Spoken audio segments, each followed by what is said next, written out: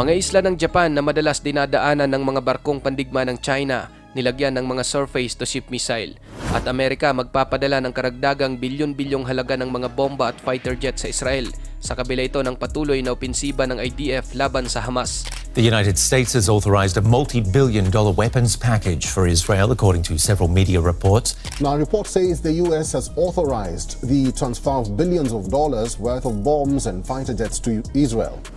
Abangan kapatid ang kumpletong mga detalye. Pero bago tayo magpatuloy, isang like lang po ang hinihingi ko para sa videong ito. Malaking bagay na po yan bilang suporta sa ating bawat ina-upload. Back to the video. Nito lang Sabado mga kapatid, March 30, 2024, nagkaroon ng seremonya ang Japan upang markahan ang paglulunsad ng Japanese Ground Force ng una nitong surface-to-ship missile unit sa kanilang pangunahing isla ng Okinawa. Bahagi ito ng pagpapalakas ng Japan sa kanilang depensa sa gitna ng pagiging agresibo ng China sa mga karagatan sa rehiyon. Ang Okinawa Main Island ay nasa loob ng halos kalahating bahagi sa isang chain of Japanese islands na umaabot ng 1,200 kilometers mula sa pinakatimog na main island ng Kyushu patungo sa Taiwan. Ayon kay Senior Vice Defense Minister Makoto Oniki, napaka-importante ng lokasyon ng Okinawa Main Island para sa pambansang seguridad ng Japan dahil kung titignan mo nga naman ang kinalalagyan ng isla, nagsisilbi itong choke point at nasa mismong tapat ito at 723 kilometers lamang ang layo nito sa mainland China. Ibig sabihin mas madaling maabot ng Japan kung maglulunsad sila ng counter-strike sa China. Gayon din ang pagdepensa mula sa pag-atake ng mga Chino. Ngayon mga kapatid, ang inilagay na mga missile sa nasabing isla ay ang Type 12 Surface-to-Ship Guided Missile.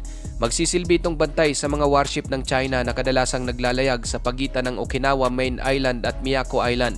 Ayon sa Defense Ministry, aabot sa humigit kumulang 200 na mga tropa ang itatalaga sa isla. Sa ilalim ito ng Surface-to-Ship Missile Regiment na itinatag nito lang March 21, 2024. Pangunahing ginagawa ng unit na ito ay ang subaybayan ang mga Chinese military vessel na naglalayag sa pagitan ng Okinawa at Miyako Island. Maliban sa mismong Okinawa Main Island, magdideploy din ng mga sundalo at kaparehong mga missile system sa Miyako at Ishigaki Island sa Okinawa Prefecture at Amami Oshima Island sa Kagoshima Prefecture. Ang Okinawa mga kapatid ay nagtataglay din ng napakalawak na estratehikong kahalagahan para sa depensa ng US sa rehiyon. Katunayan, ang mga base militar ng US sa isla ay nagho-host ng humigit kumulang 30,000 na mga tropa sa lahat ng 4 na sangay ng kanilang militar.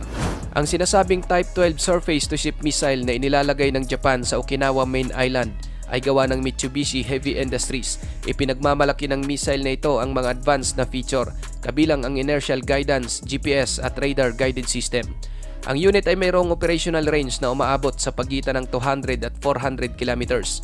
Sa darating na taong 2026, planong dagdagan ng Japan ang range ng missile sa hindi bababa sa 1,000 kilometers, kung saan ang inisyatiba na ito ay umaayon sa $320 billion na rearmament program ng Japan na inihayag noong 2022. Taong 2014, nagsimulang i-deploy ng Japan ang Type 12 system.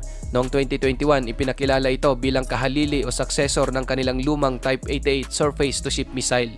Ngayon mga kapatid, mayroong mga ulat na maaring upgraded version na ng mga Type 12 missile na may extended firing range ang mga unit na inilagay sa Okinawa Prefecture, kung kaya't ang mga lokal na residente ay nag-aalala na ang mga tensyon sa militar ay maaring tumaas.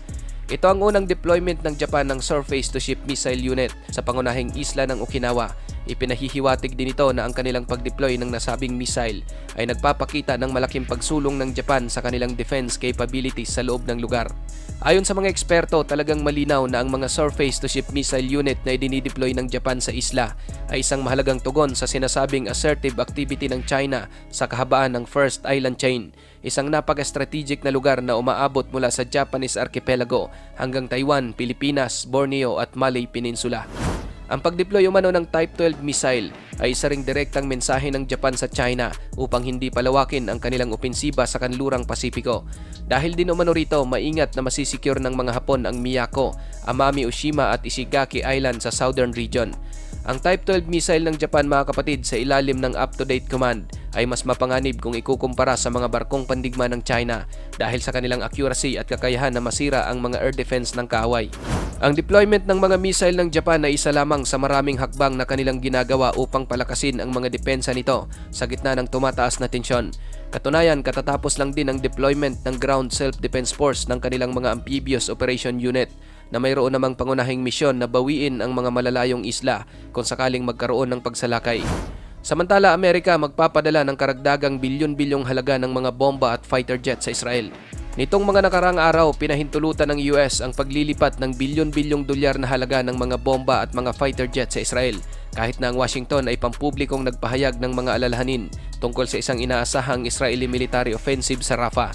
Ayon sa report, kasama sa mga bagong arms packages na dadalhin sa Israel ay ang higit sa 1,800 Mark 84 2,000 pound at 500 na perasong Mark 82 500 pound na bomba.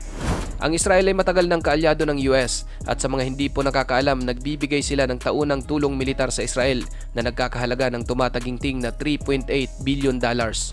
Ang mga bomba at fighter jet na ito ay ipapadala habang ang Israel ay nahaharap sa matinding international criticism dahil sa patuloy na kampanya nito ng pambobomba at ground offensive sa Gaza, at habang ang ilang miyembro ng partido ni Pangulong Joe Biden ay nananawagan na putulin na ang tulong militar ng US sa Israel. Minamadali ng Estados Unidos ang pagpapadala ng mga armas at mga bala sa Israel, ngunit ang ilang mga Democrat at Arab-American na grupo ay pinuna ang matatag na suporta ng Administrasyong Biden sa Israel at sinasabing nararamdaman nila na hindi nagbibigay ng parusa ang Israel.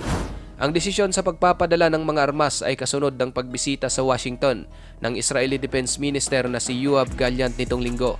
Tinalakay ni Gallant ang mga pangangailangan ng Israel ng mga armas. Idinidiin din ito ang kahalagahan ng ugnayan ng Amerika sa seguridad ng Israel at ang pagpapanatili ng kanilang matatag na militar sa rehiyon, kabilang ang kanilang mga air capabilities. Ikaw kapatid, ano ang masasabi mo sa bidyong ito? Para sa iyong opinion, i-comment mo na yan sa ating comment section sa ibaba. At kung nagustuhan mo naman ang bidyong ito, paiwan naman ako ng like at pasubscribe na rin sa ating munting channel. Maraming salamat sa panonood, hanggang sa susunod na naman nating upload. Peace out!